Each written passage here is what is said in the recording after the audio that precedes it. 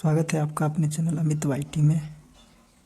तो बच्चों, आज हम एनएलएमएस एग्ज़ाम की तैयारी के लिए जो सामाजिक विज्ञान में जो प्रश्न पूछे जाते हैं, जिसमें आज हम आपको इतिहास से संबंधित कुछ प्रश्न कराने वाला हूं, जो पिछले वर्षों जो है पूछे गए हैं। तो चलिए बच्चों, आज का वीडियो शुरू करते हैं। पहला जो क्वेश्चन आपको पूछा गया है, इसमें हम क्या करेंगे, बहुविकल्पी क्वेश्चन होंगे। गौतम बुद्ध का जन्म कहाँ हुआ था? Option A Pataliputra, B Vaishali, C Lumbini और डी गया। तो आपको बताना है गौतम बुद्ध का जन्म कहाँ हुआ था। तो इसका जो सही आंसर है वो सी लुम्बिनी, नेपाल में हुआ था। इसके बाद जो दूसरा क्वेश्चन है वो सम्राट अशोक के पिता कौन थे? ए बिंदुसार, बी चंद्रगुप्त मौर्य, सी सिमुक, डी कुणाल। तो इसका जो सही आंसर है ए अशोक के पिता जो है बिंदुसार रहे थे। अगले क्वेश्चन पे चलते हैं। क्वेश्चन नंबर 3 है, हर्षवर्धन के शासनकाल में अधिलिखित में कौन भारत आया? देखिए 2021 में पूछा हुआ क्वेश्चन है। ए मेगास्थनीज, बी ह्वेनसोंग, सी चंगेज खान, डी फाहियान। जो भारत में हर्षवर्धन का शासन था तो उस समय ह्वेनसोंग यानी ऑप्शन नंबर बी आया था। अगला क्वेश्चन है चौथा, निम्नलिखित में कौन सिंधु घाटी सभ्यता का सबसे महत्वपूर्ण बंदरगाह था? Option A Lothal, B Tamralipti, C Bharuch, D Calicut. तो इसका जो सही आंसर है ए लोथल। सिंधु घाटी सभ्यता का जो महत्वपूर्ण बंदरगाह था वह लोथल था। से ही आगे चलते हैं। पांचवा, बुद्ध को महापरिनिर्वाण कहाँ प्राप्त हुआ था? देख सकते हैं 2020। Option A Rajgir, Bodhgaya, Kushinagar, Vaishali. तो इसका जो सही आंसर है वो सी कुशीनगर। कहीं कहीं यह कुशीनारा भी लिखा होता है, तो उससे कंफ्यूज नहीं होना, कुशीनगर। अगले क्वेश्चन पर चलें। अगला क्वेश्चन पूछा गया है 6 नंबर, प्राचीनतम स्मृति है? ए नारद स्मृति, मनु स्मृति, बृहस्पति स्मृति और पराशर स्मृति। इसका जो सही आंसर है वह बी मनु स्मृति। प्राचीनतम स्मृति पूछा जाए यानी मनु स्मृति को आंसर लगाना।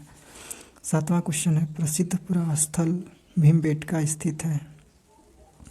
Option A Uttar Pradesh, B Bihar, C Orissa में या मध्य प्रदेश। तो जो भीमबेटका पुरास्थल है वह आपका मध्य प्रदेश में पड़ता है। आंसर डी होगा।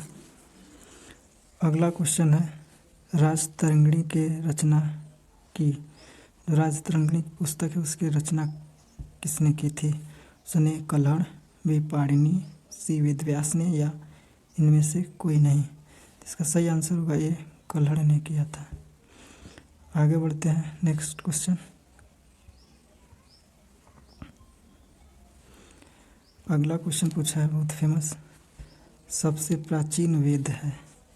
ए सामवेद, यजुर्वेद, सी ऋग्वेद और डी अथर्ववेद। तो जिसका सही आंसर वो सी ऋग्वेद। 10वां क्वेश्चन है, बोरोबुद्दूर स्तूप कहाँ स्थित है? ए जावा इंडोनेशिया, बी कंबोडिया, सी सुमात्रा या डी बोर्निया। 2019 में पूछा हुआ क्वेश्चन। तो बोरोबुद्दूर जो स्तूप है वह जावा इंडोनेशिया में है। अगला क्वेश्चन, अभिज्ञान शाकुंतलम के रचयिता कौन है? ऑप्शन ए सूरदास, केशवदास या तुलसीदास या कालिदास। का जो सही आंसर होगा वह डी कालिदास। 12वां क्वेश्चन है कि मूलतः जो रामायण किस भाषा में लिखी गई है? ए संस्कृत, बी प्राकृत, अवधी या पाली। तो सभी को जानकारी हो कि जो है रामायण किस भाषा में लिखी गई है, तो संस्कृत भाषा में लिखी गई है। बाद में उसके कई भाषाओं में जो है अनुवाद किए गए हैं। अब क्वेश्चन नंबर 13, शक संवत किसके द्वारा प्रारंभ किया गया? तो जो शक संवत यूज किया जाता है कैलेंडर्स में, पूछा है कि जो शक संवत था उसको किसने शुरू किया था? ऑप्शन ए अशोक ने, चंद्रगुप्त द्वितीय या कनिष्क या हर्षवर्धन। देख लीजिए 2015 और 2010 दोनों 2 साल पूछा हुआ है। शक संवत जो है कनिष्क राज जो था उसने शुरू किया था। अगले क्वेश्चन पर चलें तो 14 नंबर है अर्थशास्त्र, बहुत फेमस पुस्तक है कि लेखक कौन थे। अर्थशास्त्र पुस्तक के बारे में आपको बताते हैं। जो अर्थशास्त्र या राजनीति से संबंधित एक किताब है और इसके लेखक के लिए आप ऑप्शन देख सकते हैं। ऑप्शन ए कालिदास, वाल्मीकि, वेदव्यास या कौटिल्य। अर्थशास्त्र के रचनाकार जो है वो कौटिल्य है। इन्हीं को जो है विष्णुगुप्त भी कहा जाता है। अगला क्वेश्चन चलते हैं 15। पूछा है हर्ष ने अपनी राजधानी स्थापित की थी, कहाँ स्थापित की थी। पाटलिपुत्र में, वातापी में, कन्नौज में या फिर उज्जैन में। इसका जो सही आंसर है सी, उज्जैन में। अगला क्वेश्चन पूछा गया है कि जो 60 नंबर मोक्ष का क्या अर्थ है। ऑप्शन ए पुनर्जन्म से, बी बोध तत्व से, या सी जन्म एवं मृत्यु के चक्र से छुटकारा, या डी पूर्ण ज्ञान से।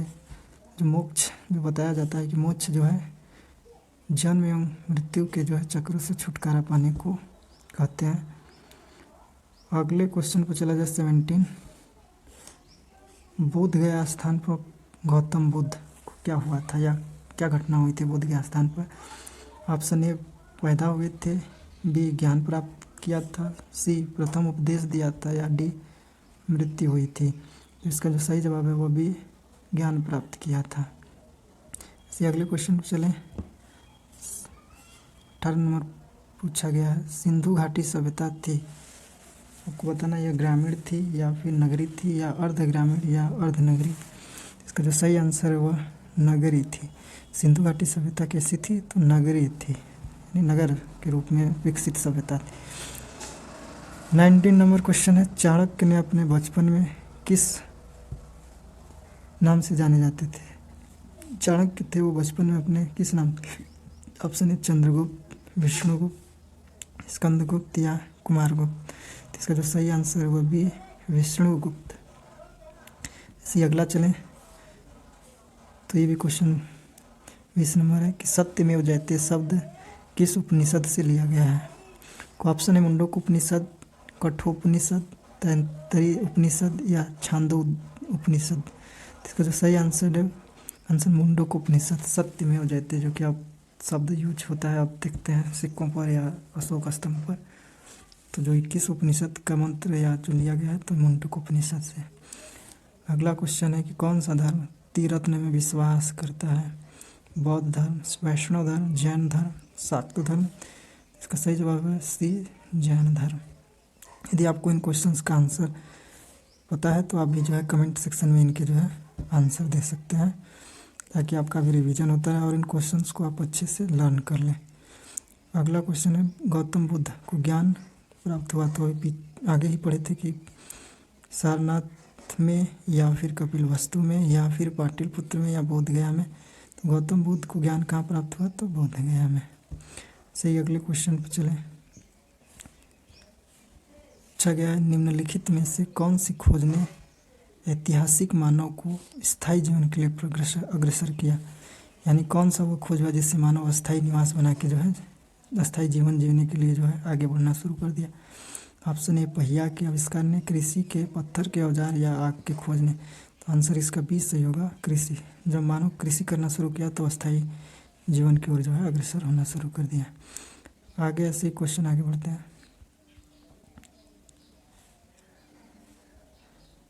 क्वेश्चन नंबर 24 दिया गया है कि जो प्रागैतिहासिक मानव का भोजन क्या था। यानी प्रागैतिहासिक काल का जो मानव था वो भोजन के रूप में क्या खाता था। ए जड़ और फल, बी पका हुआ मांस, या सी गेहूँ और चावल, डी दूध और मक्खन। इसका जो सही आंसर है जड़ और फल। 25 नंबर क्वेश्चन है सिंधु घाटी सभ्यता के मुख्य देवता कौन थे। यानी सिंधु घाटी जो सभ्यता थी उस समय किस देवता को पूजा जाता था। तो ए राम को, कृष्ण को, पशुपति शिव, शेषनाग। सही आंसर है सी, पशुपति शिव। अगला क्वेश्चन 26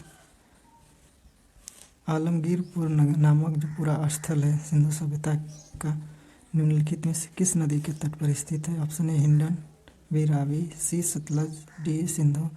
इसका सही आंसर होगा ए हिंडन नदी के।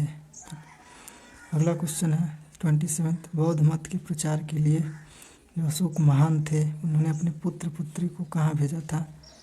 Option A Malaysia, B Burma, C Sri Lanka, D Thailand. तो इसका जो सही आंसर होगा वह सी श्रीलंका। ऐसे ही आगे बढ़ते हैं। 28 क्वेश्चन है। प्राचीन भारत में जो समाज विभाजित था 8 समूहों में, 4 समूहों में, 7 समूहों में या 6 समूह। तो प्राचीन भारत का जो समाज था वो 4 समूहों में विभाजित था। आगे बढ़ते हैं। अगला क्वेश्चन है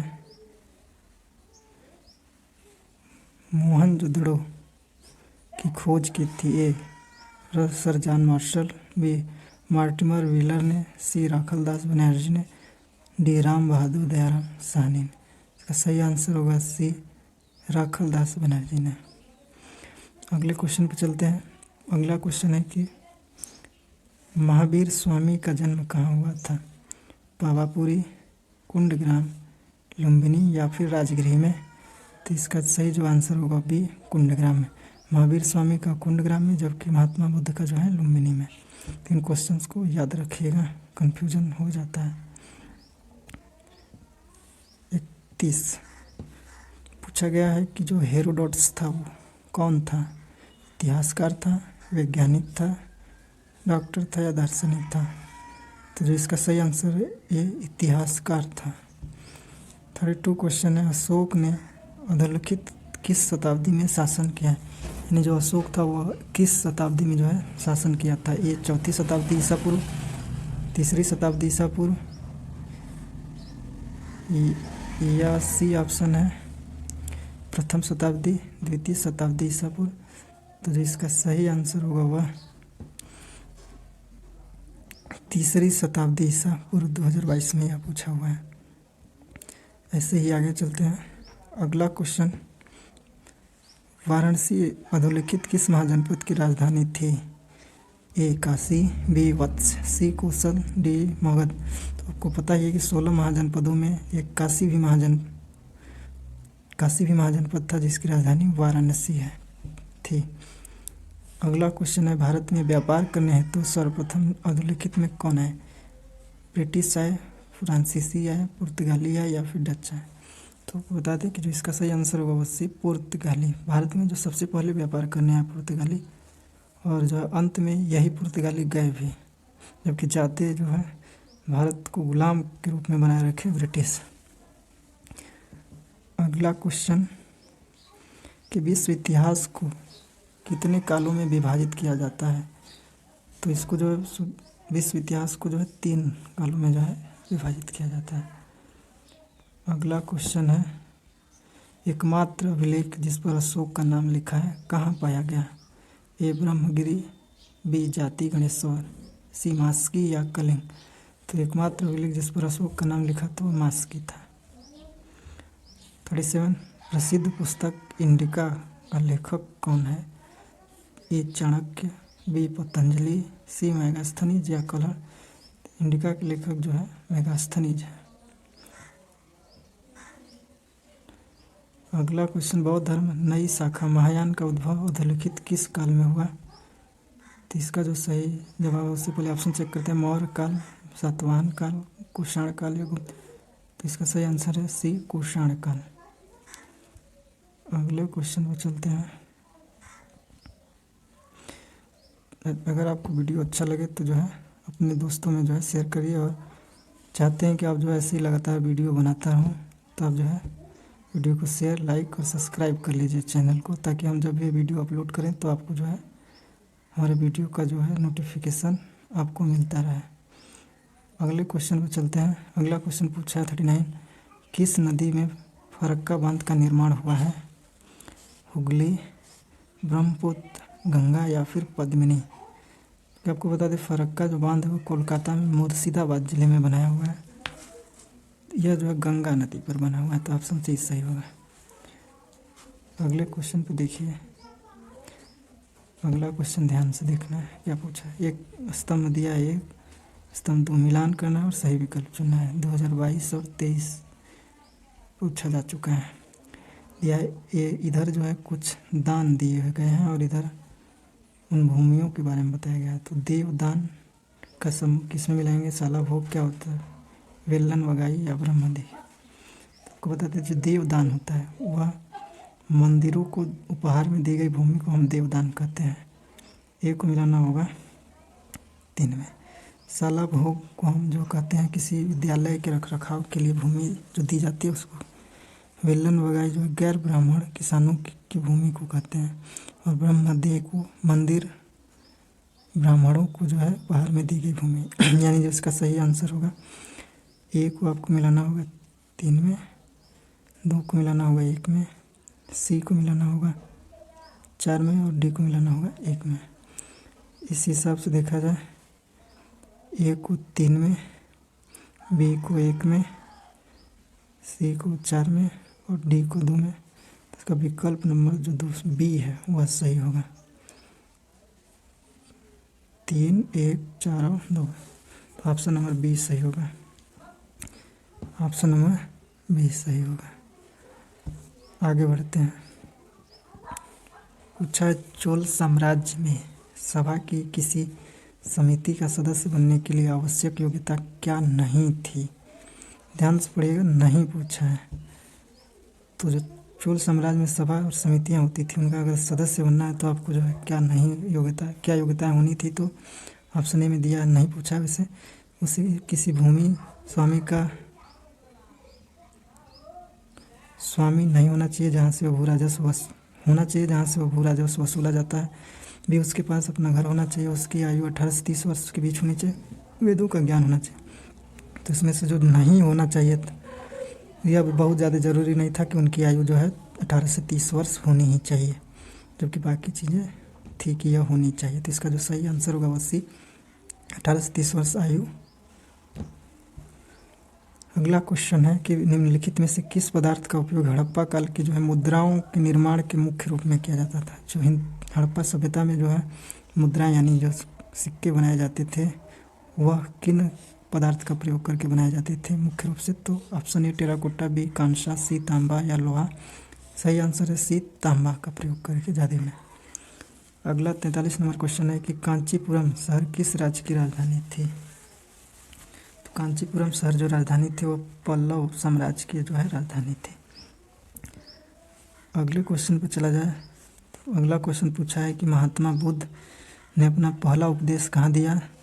सभी बच्चों को पता है कि अपना पहला उपदेश उन्होंने सारनाथ में दिया था। आंसर बी सही होगा। सही। अगला क्वेश्चन पूछा है कि संगम काल किसके इतिहास से संबंधित है? बनारस, इलाहाबाद यानी प्रयागराज, तमिलनाडु या खजुराहो। तो सही आंसर है वो सी तमिलनाडु। आगे पूछा गया है कि विरूपाक्ष मंदिर का निर्माण किसने करवाया? तो इसका जो है चाणक्यों ने करवाया। अगला क्वेश्चन है